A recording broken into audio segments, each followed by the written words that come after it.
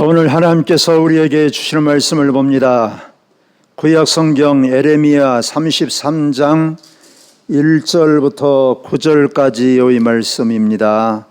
제가 하나님의 말씀을 받들어 읽습니다. 에레미야가 아직 시일의 뜰에 갇혀 있을 때에 여호와의 말씀이 그에게 두 번째로 임하니라. 이르시되 이 일을 행하시는 여호와, 그것을 만들며 성취하시는 여호와, 그의 이름을 여호와라 하는 이가 이와 같이 이르시도다. 너는 내게 부르짖으라. 내가 내게 응답하겠고 내가 알지 못하는 크고 비밀한 일을 내게 보이리라. 이스라엘의 하나님 여호와께서 말씀하시니라. 무리가 이 성읍의 가옥과 유다 왕궁을 헐어서 갈대아인의 참호와 칼을 대항하여 싸우려 하였으나 내가 나의 노여움과 분함으로 그들을 죽이고 그들의 시체로 이 성을 채우게 하였나니 이는 그들의 모든 악행으로 말미암아 나의 얼굴을 가리어 이 성을 돌아보지 아니하였음이라.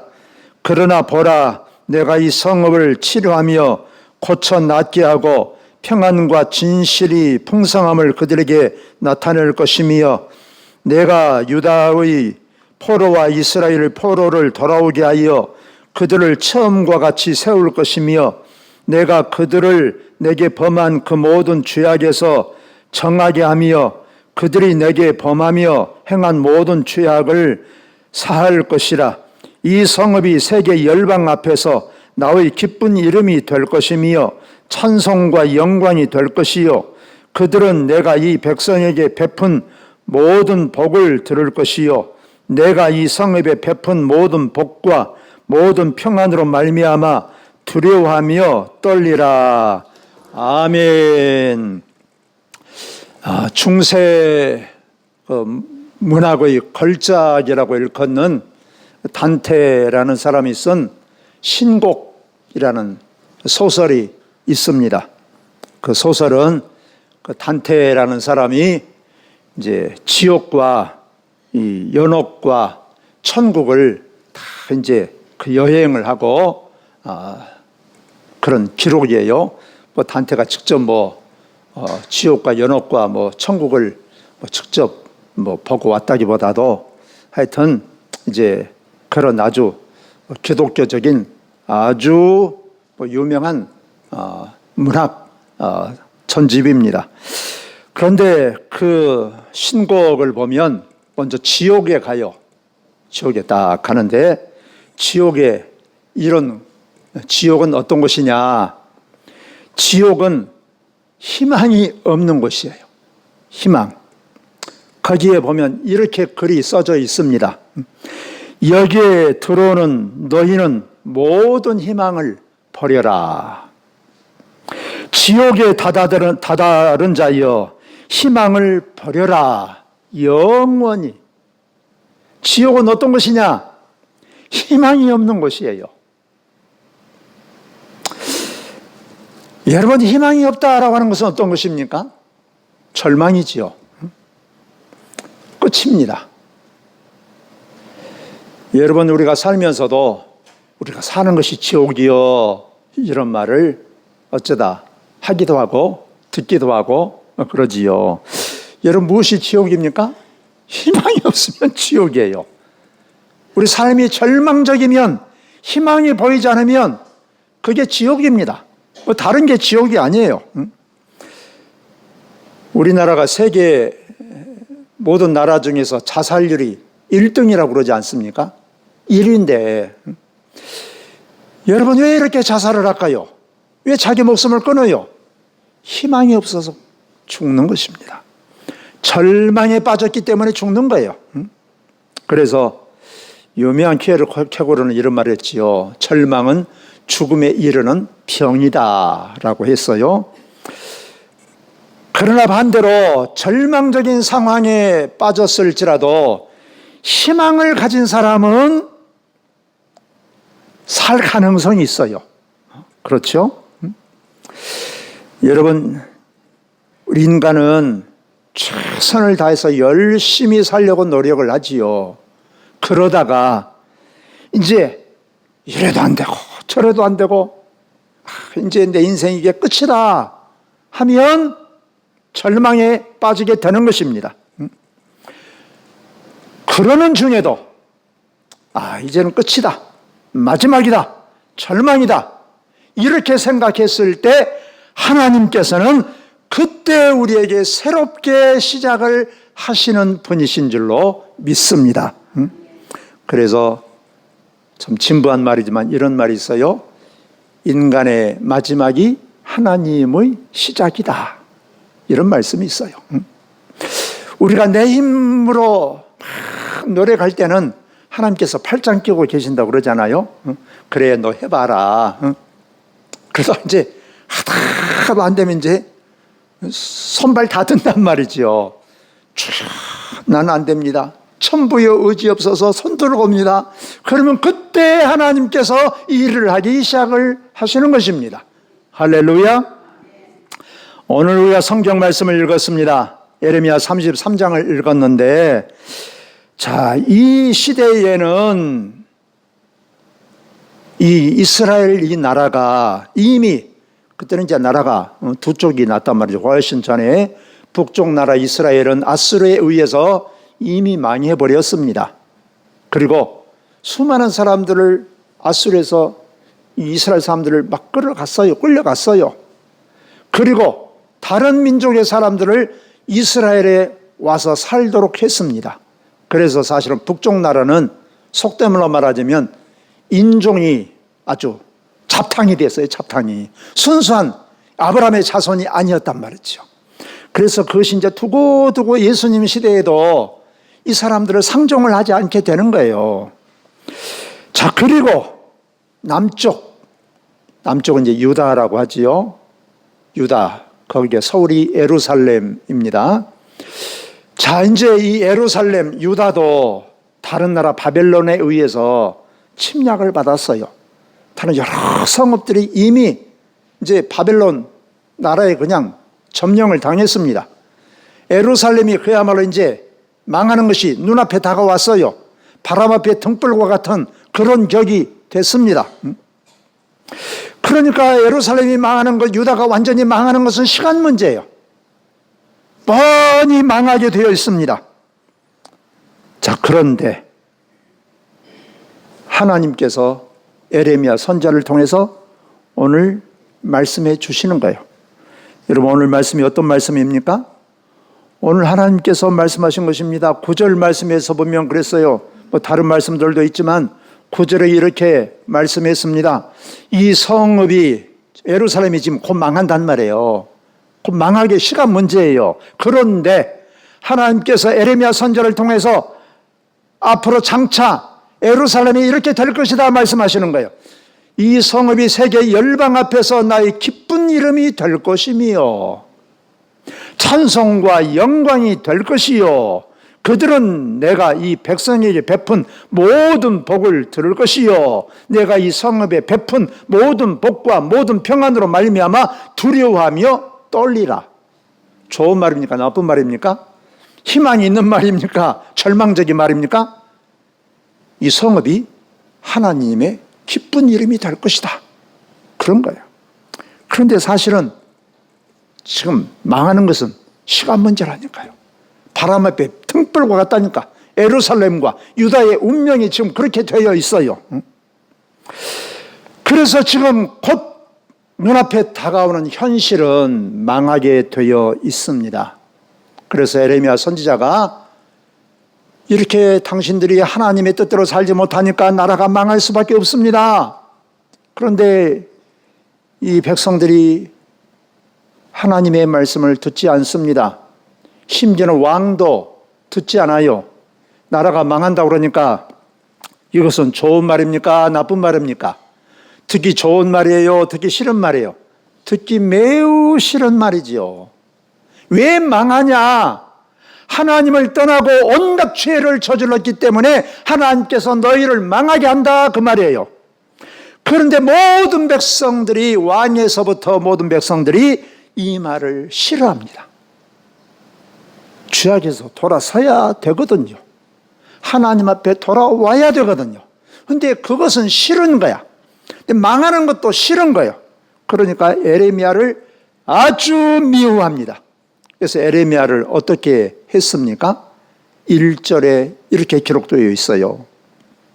에레미야가 아직 시일의 뜰에 갇혀 있을 때에, 에레미야는 지금 그 왕의 그 감옥 안에 갇혀 있습니다.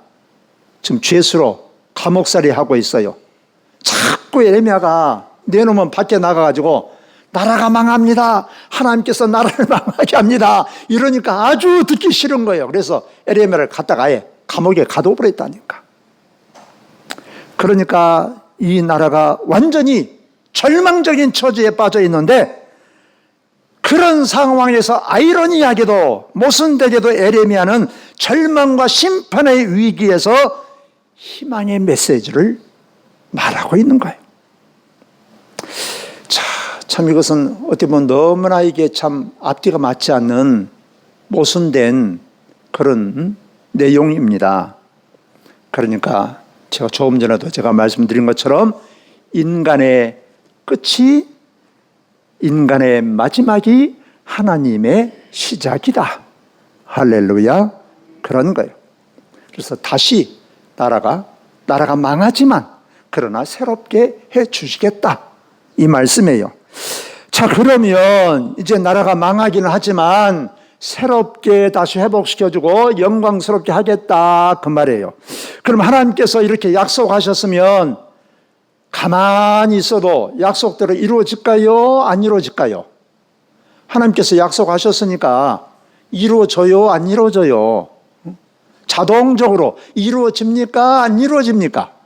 여러분, 하나님은 한 입 갖고 두 말 하신 분이 아니라니까요. 사람과 다르다니까요. 하나님께서 약속하셨으니까 자동적으로 이루어지지 않겠습니까? 하나님께서 이스라엘 백성들을 애굽에서 건져내서 내가 너에게 젖과 꿀이 흐르는 땅으로 인도하겠다, 가만히 있어도 이루어집니까? 이스라엘 백성들이 안 믿었잖아요. 그래서 하나님의 말씀에 불순종했잖아요. 그들은 가나안 땅에 들어갔습니까? 광야에서 다 죽었어요. 자, 그러면 이게 도대체 어떤 것입니까? 그러면 이 에레미야의 이 말을 전해들은 이스라엘 백성들은 하나님의 말씀이, 이 말씀이 이루어지게 하려면 어떻게 해야 되는 것입니까? 이것이 중요한 거예요. 그러려면 어떻게 해야 되냐? 가만히 감나무 밑에서 입만 딱 벌리고 있으면 홍시가 내 입에 똑똑 들어오느냐?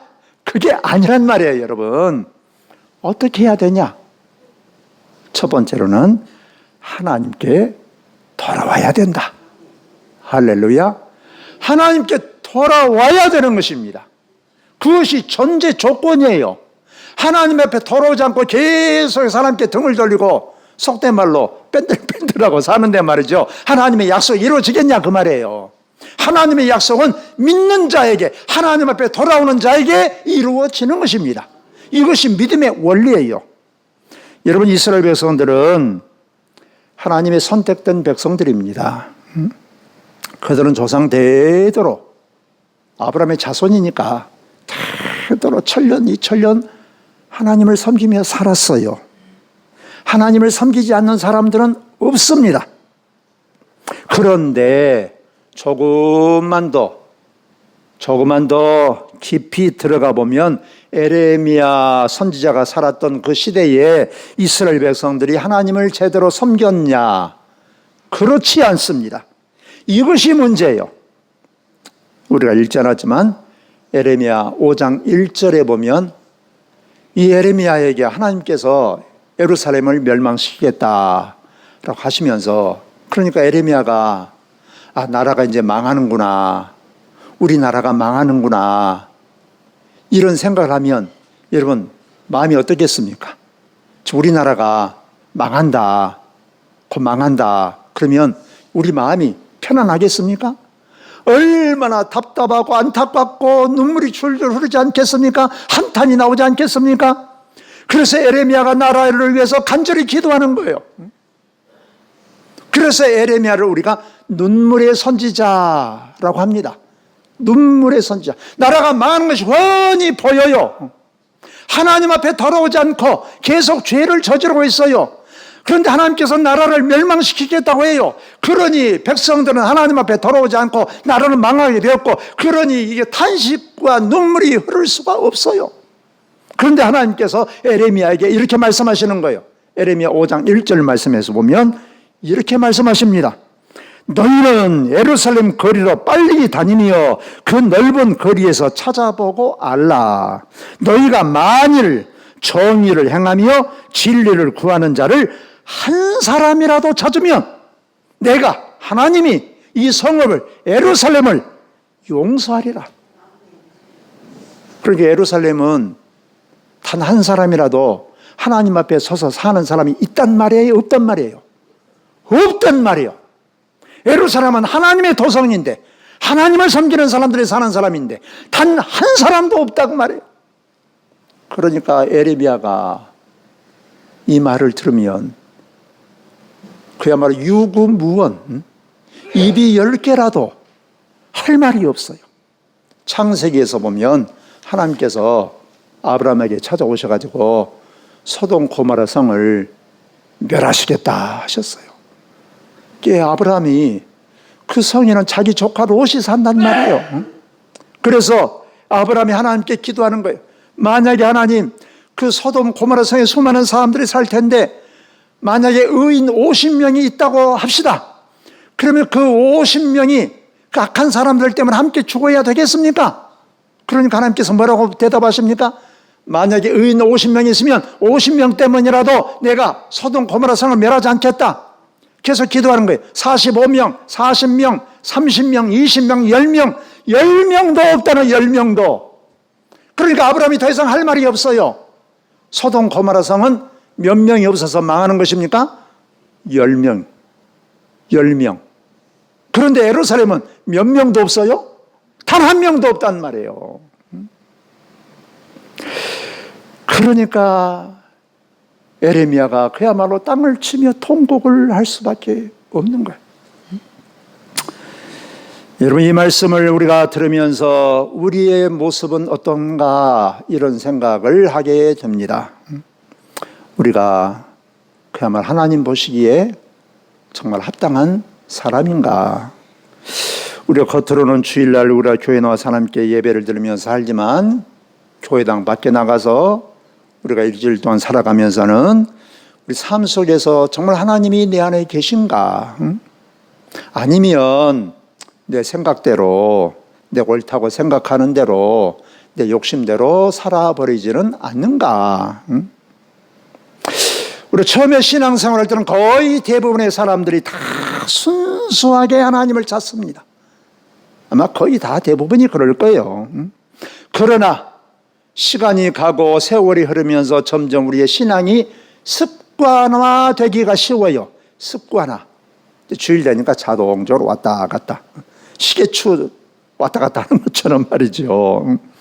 그러면서 습관화되고 성령의 감동은 점점 사라져버리고 우리의 모습이 그러기가 아주 쉽습니다. 그래서 사도 바울은 갈라디아 교인들에게 이렇게 말을 합니다. 너희가 성령으로 시작하였다가 이제는 육체로 마치겠냐? 처음에는 너희들이 순수하게 좀 하나님의 은혜만을 사모하고 하나님 의지하고 성령 감동하심 따라 살았는데 그 습관화되다 보니까 성령의 감동하심은 사라져버리고 그러면 이게 어떻게 되는 것입니까? 그럼 이제 형식만 남는단 말이에요. 껍질만 남아. 알맹이는 없어져 버리고. 이스라엘 백성들이 사무엘 시대에 하나님을 섬겨야 되는데 하나님을 섬기지 못했어요. 제대로. 다른 신들을 섬기고 온갖 죄악에 떨어지고 그랬습니다. 그랬더니 하나님께서 블레셋 사람에 의해서 이스라엘 나라가 계속 이제 빼앗기는 거예요. 농사지면 다 빼앗아가고 사람도 잡아가고 오랫동안 이런 고통을 당하면서 살았어요. 그러다가 이제 이스라엘 백성들이 깨달은 거예요. 더 이상은 못 살겠다 생각한 게 다시 하나님께 돌아왔어요. 사무엘에게 찾아갔습니다. 우리가 하나님께 돌아가겠습니다. 우리를 위해서 하나님께 기도해 주십시오. 그래서 사무엘이 무엇이라고 이스라엘 백성들에게 말을 합니까?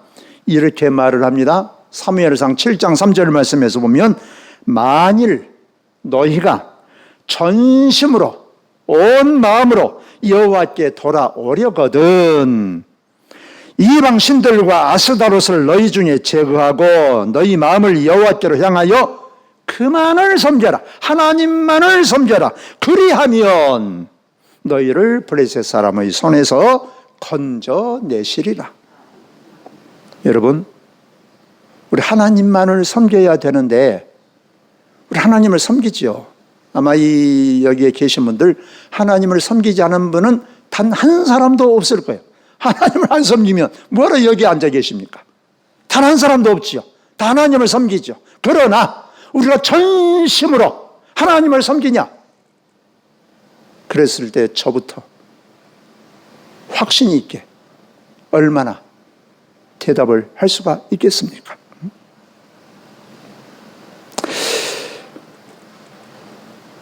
우리가 예레미야 4장에서 보면 하나님께서 이스라엘 백성들에게 계속해서 예레미야 선지자를 통해서 말씀해요. 너는 내게로 돌아와라 말씀해요. 읽지 않았지만 32장 37, 39절에도 보면 이렇게 말씀해요. 내가 그들에게 한 마음과 한 길을 주어 자기들과 자기 후손의 복을 위하여 항상 나를 경외하게 하고 항상 나를 하나님을 경외하게 하겠다. 그러니까 하나님을 온전히 이제 잡것들 다 떨쳐버리고 하나님만을 섬기게 하겠다. 그 다음에 뭐가 이루어진다 그 말이에요. 여러분, 우리가 새롭게 시작을 하려면 하나님께서 우리의 삶을 주장하시고 우리를 간섭하시고 하나님께서 우리의 삶을 이끌어가게 하시려면 우리가 어떻게 해야 되느냐? 하나님께로 돌아와야 된다. 할렐루야. 어떻게? 전심으로 온 마음을 다해서. 그래서 날마다 우리 자신을 점검해야 돼요. 그렇지 않으면 순간순간 우리가 자꾸 옛날로 자꾸 돌아가게 되어 있어요. 그래서 어느 누구나 마찬가지입니다. 그리고 두 번째로 어떻게 해야 되느냐? 기도해야 됩니다. 한번 따라서 합시다. 기도해야 된다. 2절 3절에 말씀하고 있습니다. 2절 3절을 제가 다시 한번 읽겠습니다. 이 일을 행하시는 여호와, 그것을 만들며 성취하시는 여호와, 그의 이름을 여호와라 하는 이가 이와 같이 이르시도다. 너는 내게 부르짖으라. 내가 내게 응답하겠고 내가 알지 못하는 크고 비밀한 일을 내게 보이리라. 부르짖는다는 말이 무슨 말이에요? 기도해라 이 말이지요. 그러기 전 하나님은 어떤 분인가를 우리에게 가르쳐주고 있어요. 하나님은 어떤 분이시냐? 일을 행하시는 여호와, 그것을 만드시는 분. 하나님께서 어떤 것에 대해서 일을 이루시고 하시고 이루시고 성취하시고 스스로 계시는 하나님. 우리가 믿는 하나님이 얼마나 큰지를 우리 항상 몰라요. 항상 제가 자꾸 깨달은 게 있는데, 저도 마찬가지지만 누구하고 얘기를 하면 아무리 말을 해도 그 사람 식으로 해석을 해버려. 그 사람 식으로. 그러니까 제가 똑같은 말씀을 여러분들에게 전하지만 자기 식으로 다 해석을 해. 여러분, 여기에 계신 분들을 다 자기 식으로 해석을 한다니까. 하나님의 말씀을 그대로 받아들인 게 아니고 자기 식으로 해석을 해요. 이건 그게 문제예요. 하나님은 우리하고는 비교할 수가 없는 분이에요. 내 식으로 하나님을 해석하면 안 돼. 여러분, 하나님은 얼마나 사랑이 많으신 분인지 오늘 그 하나님이 어떤 분인지 먼저 가르쳐주고 있어요. 하나님은 모든 것을 하실 수가 있는 분이다. 그러므로 하나님께 기도해라 그 말이에요. 우리가 읽지 않았지만 32장 17절에서도 이렇게 말씀합니다. 주께서 큰 능력과 펴신 팔로 천지를 쥐셨사오니 주께서는 할 수 없는 일이 있다 없다? 없으시니이다. 하나님은 할 수 없는 일이 없다? 없으셔요. 여러분. 다 하실 수 있어요. 32장 27절에도 이렇게 말씀합니다. 나는 여호와여 모든 육체의 하나님이라 내게 할 수 없는 일이 있겠느냐? 하나님께 할 수 없는 일이 있겠냐? 그 말은 무슨 말이에요? 할 수 없는 일이 없다. 다 하실 수 있다. 우리의 생각대로 하나님을 묶을 게 아니라 우리의 생각 외로 모든 일을 하나님은 하실 수가 있다. 할렐루야. 여러분, 하나님은 말씀으로 온 세상을 창조하신 분이라는 거예요.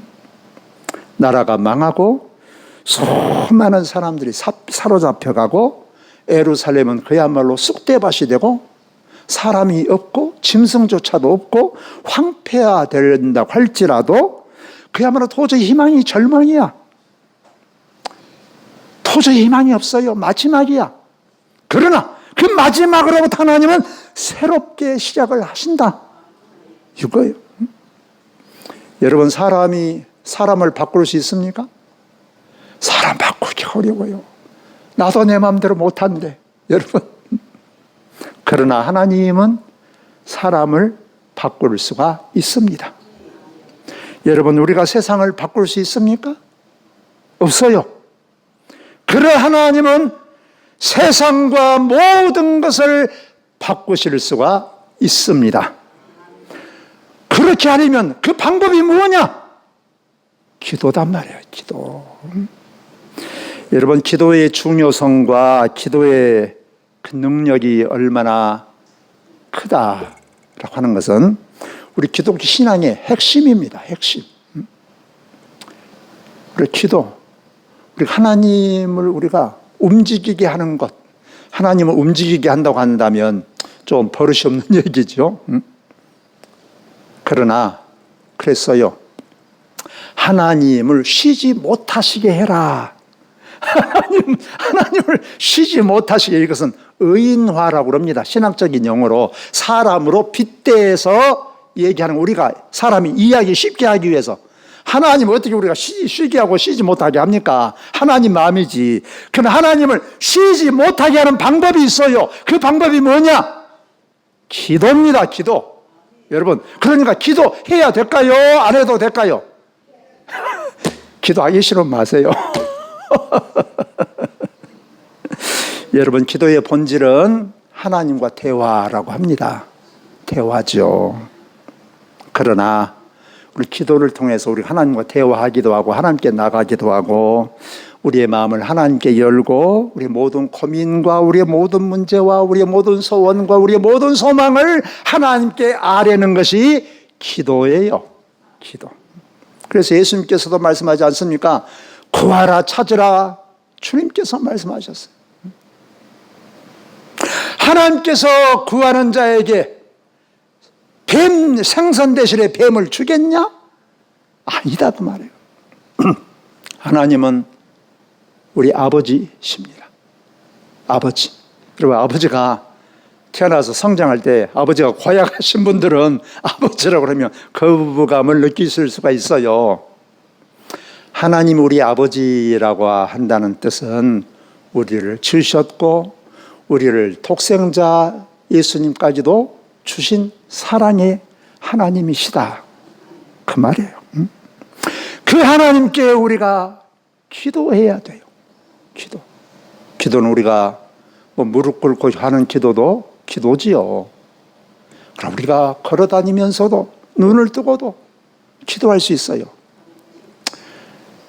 저는 뭐 참 오래 들어서 무릎 꿇고 앉아서 기도하는 시간은 별로 많이 못 합니다. 허리가 좀 안 좋으니까. 그 대신 걸어요, 걸어. 밤에도, 낮에도 걸어요, 걸어. 눈 뜨고. 여러분, 하나님께, 여러분, 누가 눈 감고 기도하라고 했습니까? 유대인들은 눈 뜨고 기도해요. 이라고 기도한다니까요. 이게 기도예요. 중요한 것은 형식이 중요한 게 아니라 우리의 마음이 중요해요. 믿음으로 기도하느냐? 여러분, 우리는 기도해야 될 줄로 믿습니다. 기도하지 않고는 여러분, 우리가 무엇을 할 수가 있습니까? 그래서 성경에서 말씀하셨어요. 에스겔 선지자는 말합니다. 하나님께서 우리에게 약속하신 것을 이루어 달라고 너희는 구할지니라 그랬어요. 하나님께서 우리에게 약속하신 것, 그래 약속하셨으니까 때가 되면 하나님의 때에 다 하나님께서 알아서 해주시겠지. 그것이 아니고 하나님께서 우리에게 약속하신 것을 하나님은 우리에게 이루어 주십시오 라고 기도해라 그랬어요. 하나님을 쉬지 못하게 하라. 그게 뭐예요? 기도해라 그 말이에요. 기도. 그러니까 여러분 기도해야 됩니다. 기도하지 않으면 안 돼요.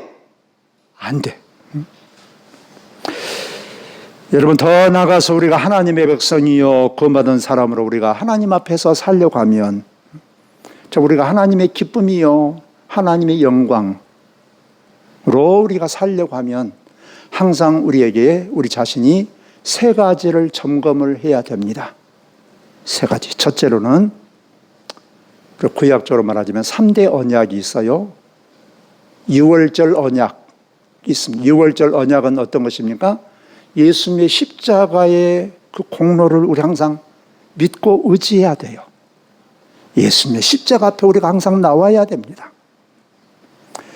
그리고 죄를 계속해서 버려야 돼요. 우리 자신을 되돌아보면서 하나님께서 보시기에 합당하지 못한 게 무엇인가? 우리가 죄를 계속 누룩을 버리라고 그러지 않았습니까?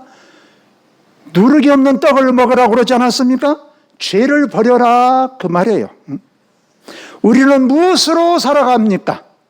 하나님께서 이스라엘 백성들에게 애굽에서 건져낸 다음에 하나님께서 새로운 양식을 주어요. 우리는 무엇으로 말미암아 힘을 얻고 무엇으로 말미암아 우리가 만족을 얻으면서 살아가십니까? 사람은 밥으로 사는 거요. 밥심으로 사는 거요. 우리가 그러지요. 그렇죠. 밥 먹어야 살지요. 그러나 사람이 밥으로만 삽니까? 그렇지 않습니다. 우리는 하나님의 말씀으로 하나님의 약속으로 사는 줄로 믿습니다. 하나님의 약속을 믿고 하나님의 약속을 의지하고 하나님의 약속을 붙잡으면 그 약속대로 이루어진다 그 말이에요. 하나님께서 이스라엘 백성들을 애굽에서 가나안 땅으로 인도하신다고 하셨으니까 광야에 있어도 농사를 짓지 못했어도 하나님께서 날마다 만나를 주셔서 그 약속대로 그들에게 먹을 것을 주셨다 그 말이에요. 그리고 우리는 무엇으로 사냐? 하나님으로, 하나님의 말씀으로, 하나님의 약속으로, 하나님의 약속 우리가 만족하면서 살아야 될 줄로 믿습니다. 두 번째로는 홍해 언약이 있지요. 홍해는 무엇입니까? 홍해를 건널 때 고린도전서 10장 1절 2절에서 말씀하지요. 홍해를 건너는 것은 세례와 같다 말씀하셨어요. 세례는 간단하게 말하자면 예수님과 하나가 되는 것입니다. 연합하는 거예요. 내가 죽고 이제 예수님으로 말미암아 사는 거예요. 주님으로 사는 것입니다. 자, 그래서 우리는 세례를 받은 사람은 날마다 순간마다 나를 죽이는 일을 하셔야 돼. 날마다 나는 죽고 나를 통해서 예수님이 드러나기를 원하십니다. 예수님으로 말미암아 삽니다. 주님으로 삽니다. 그럼 따라서 합시다. 나는 예수님으로 삽니다. 예수님으로 산다는 사람이 계속 자기 주장하고 자기 챙기고 자기 중심적이고 욕심으로 살면 이 사람이 예수님으로 사는 사람입니까? 아니지요. 이런 사람은 아직도 애굽에 머물러 있는 사람이에요. 애굽에 있으면 누구의 지배를 받습니까? 바로의 지배를 받아요. 마귀 사탄의 지배를 받습니다. 예수를 믿는다고 하면서도 내 생각대로 내 방법대로 내 욕심대로 내 주장대로만 살면 이 사람은 형식적으로 겉으로는 하나님의 자녀지만 실상은 마귀의 다스림을 받고 사는 사람이다 그 말이에요. 이것은 진정한 믿음이 아니다 이것입니다. 그리고 하나님께서 이스라엘 백성들을 신의 산으로 이끌어 가시지 않습니까? 신의 산에서 하나님께서 이스라엘 백성들에게 무엇을 주십니까? 약속하지요. 십계명 이대로 살아라. 애굽에서 그냥 나온 것은 여러분 그냥 애기 어린애 수준이에요. 그런데 신의 산으로 불러 올리실 때는 하나님께서 원하시는 수준이 있어요. 그래서 어른의 수준. 여러분, 자녀들은요, 절대로 부모의 마음을 몰라요. 여러분, 자녀들은 절대로 부모의 마음을, 여러분, 자녀들이 내 마음을 다 알아줄 것이다 생각하면 그런 생각이 버려. 자녀들이 언제 부모의 마음을 알기 시작하냐? 어른이 되고 자녀를 낳아봐야 그때 부모의 마음을 알기 시작하는 거예요. 아무리 내가 너를 얼마나 고생했고 어쩌고 해봐야 이것은 자기 머리로만 알지 마음은 모르게 되어 있어요. 내가 너를 어떻게 키웠는 줄 아냐? 몰라. 여러분, 자녀들에게 그런 기대를 하시면 안 돼요. 여러분, 어른이 되어서 자기도 애를 낳고 키워봐야 부모의 마음을 그때 알게 되는 거예요. 여러분, 우리도 마찬가지입니다. 우리가 구원이 뭐냐? 구원은 우리가 주님을 우리가 제대로 알아야 돼요. 안다라고 하는 말은 우리가 지식을 말하는 게 아니에요. 성경에서 안다라는 말은 수많은 경험들을 통해서 하나님을 알아가는 거예요. 주님을 알아가는 것입니다. 그래서 우리가 기독교 신앙을 체험의 종교다라고 말하지 않습니까? 여러 가지 경험들을 통해서 하나님을 계속 주님을 알아가고 그러면서 우리가 점점 성장하게 돼요. 믿음이. 그래서 우리가 신의 산 정도 끌어서 십계명을 주신 것은 이제 하나님의 마음을 보여주시는 거예요. 이스라엘 백성들에게. 하나님, 나는 이런 하나님이다. 내가 원하는 것은 이런 것이다. 이러니까 이제 이대로 너희들이 살아라 라고 하는 것이에요. 그것이 십계명입니다. 하나님을 향해서 어떻게 살고 너희들은 너희들 관계 속에서 어떻게 살아가고 이렇게 이제는 상호간에 약속하면서 살아가자 그 말이에요. 이제는 서로 간에 상호관계 그 전에 일방적으로 계속 은혜를 베풀어 주셨어. 그러나 이제 부모도 아기가 어른이 되면 야, 너 이제 시집 갔으니까 너도 이제 너 장가고 시집 갔으니까 이제 부모의 마음을 알 것 아니냐. 이제 부모의 마음을 가지고 나도 너하고 나하고 좀 동등하게 좀 이야기해 보자. 이게 바로 신의 산의 언약이에요. 하나님이 어떤 분인가를 보여주는 것입니다. 이제 그것은 서로 간의 인격적인 관계, 서로 상호 간의 관계, 일방적으로 은혜만 베풀어 주는 게 아니에요. 자, 그래서 하나님께서 이제는 나를 봐라. 이제 너희들이 하나님의 뜻에 합당하게 살아라. 그 말이에요. 우리가 그래도 나는 스스로 이렇게 생각할 수가 있어요. 그래도 나는 얼마 동안 신앙생활을 했고 수십 년도 했고 직분이 뭐고 그래도 나는 하나님의 뜻대로 잘 살고 있지. 이렇게 생각할 수가 있습니다. 뭐 그것은 어떻게 보면 자연스러운 생각일 수 있어요. 그러나 우리의 생각도 중요하지만 우리의 삶이 어떤 것인가가 중요해요. 그래서 제임스 스미스라는 사람이 습관이 영성이다라는 책을 썼어요. 거기에 보면 입술로 주여 한다고 해서 그 사람이 하나님의 사람은 아니라 그 말이에요. 그러면 뭐를 보면 아냐? 그들의 말이나 생각도 중요하지만 그들의 삶이 습관이 어떻게 되어 있냐가 중요하다 그 말이에요. 내가 무엇을 사랑하고 내가 날마다 주로 생각하고 행동하고 하는 것이 무엇이냐 그 말이에요. 하루가 다 가도록 기도한 것도 없어. 하나님의 말씀을 생각하고 읽고 묵상하는 것도 없어. 그냥 내 생각대로만 그냥 살아. 내 욕심을 쫓아서만 살아. 이런 사람이 어떻게 하나? 예수 믿는 사람이냐 그 말이에요. 예수 믿는 사람이 아니지. 별말을 다 해도 나는 주님의 사람입니다. 나는 믿음의 사람입니다. 라고 해도 그 사람은 주님의 사람이 아니다 그 말이에요. 이 사람의 주장에 의하면 네가 무엇을 사랑하고 무엇을 귀하게 여기고 무엇에 더 시간을 투자하고 이것을 네 삶을 되돌아보면 너를 안다 그 말이에요.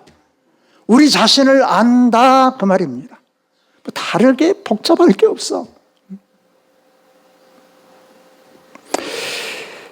여러분, 사도 바울은 갈라디아 교인들에게 이렇게 말을 했어요. 나의 자녀들아, 너희 속에 그리스도의 형상을 이루기까지 다시 너희를 위하여 해산하는 수고를 하나니. 갈라디아 교인들이 예수 믿는 사람들이에요.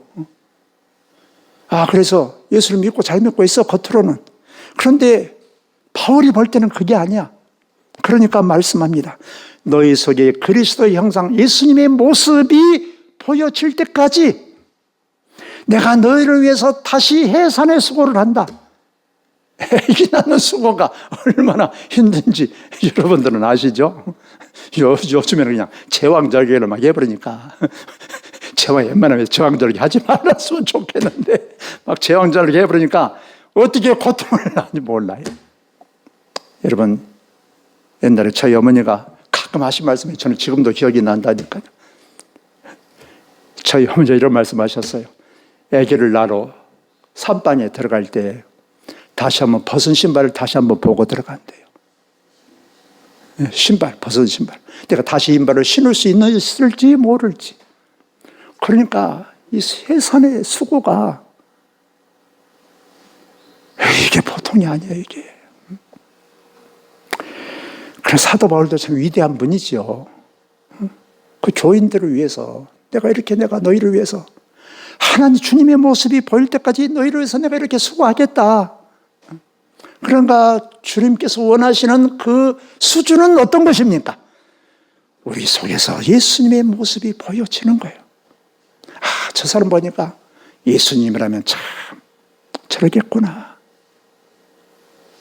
그렇게 되는 것이 하나님께서 우리에게 원하시는 거란 말이에요. 우리가 성령의 전이 되기를 원하시는 것 아닙니까? 그래서 이제 하나님과 예수님께서 제자들이 그랬거든요. 너는 이제 종이 아니라 내 친구다, 벗이다. 그렇죠. 그런 수준에 이르기를 주님은 원하시고 계시는 것입니다. 여러분, 오늘 우리가 대림절 첫 주일을 맞이했습니다. 대림절 첫 주일은 교회력으로는 우리 1년의 시작이에요, 시작. 우리 아직도 세상적으로는 12월 말이 마지막이지만 대림절은 마지막이 지나고 한 해의 시작인 것입니다. 마지막을 보내고 교회력으로는 한 해를 시작하면서 우리 마지막일 때 허전하고 낭망되고 그럴 수 있어요. 이제는 끝이다라고 생각할 때 절망할 수 있습니다. 그러나 하나님 안에서는 우리 사람의 마지막도 새로운 시작이 될 수 있음을 믿으시기를 바랍니다. 하나님 안에서는 희망이 있어요. 이제는 나는 죽었다 해도 하나님 안에서는 새로운 길이 열릴 수가 있습니다. 처음이요 나중이신 예수님, 우리 주님을 바라보고 주님 의지하고 주님 안의 삶으로 말미암아 날마다 새롭게 되어서 생명의 길, 복된 길, 우리 주님과 더불어 살아가는 그런 복된 성도들이 되시기를 주의 이름으로 축원합니다. 기도드립니다. 처음이요 마지막이신 우리 주님, 이제 우리가 한 해의 마지막 달이지만 그러나 우리가 주님 안에서는 새로운 시작을 하면서 이제 주님과 더불어서 주님으로 말미암아 새롭게 시작하기를 원합니다. 우리의 생명이시고 우리의 소망이시고 우리 힘이신 우리 주님, 오직 주님 안에서 주님과 더불어 삶으로 말미암아 우리 항상 주님 안에서 참된 소망을 갖게 하시고 주님과 더불어 살아가는 복된 날들이 되게 하여 주옵소서. 예수님 이름으로 기도하옵나이다. 아멘.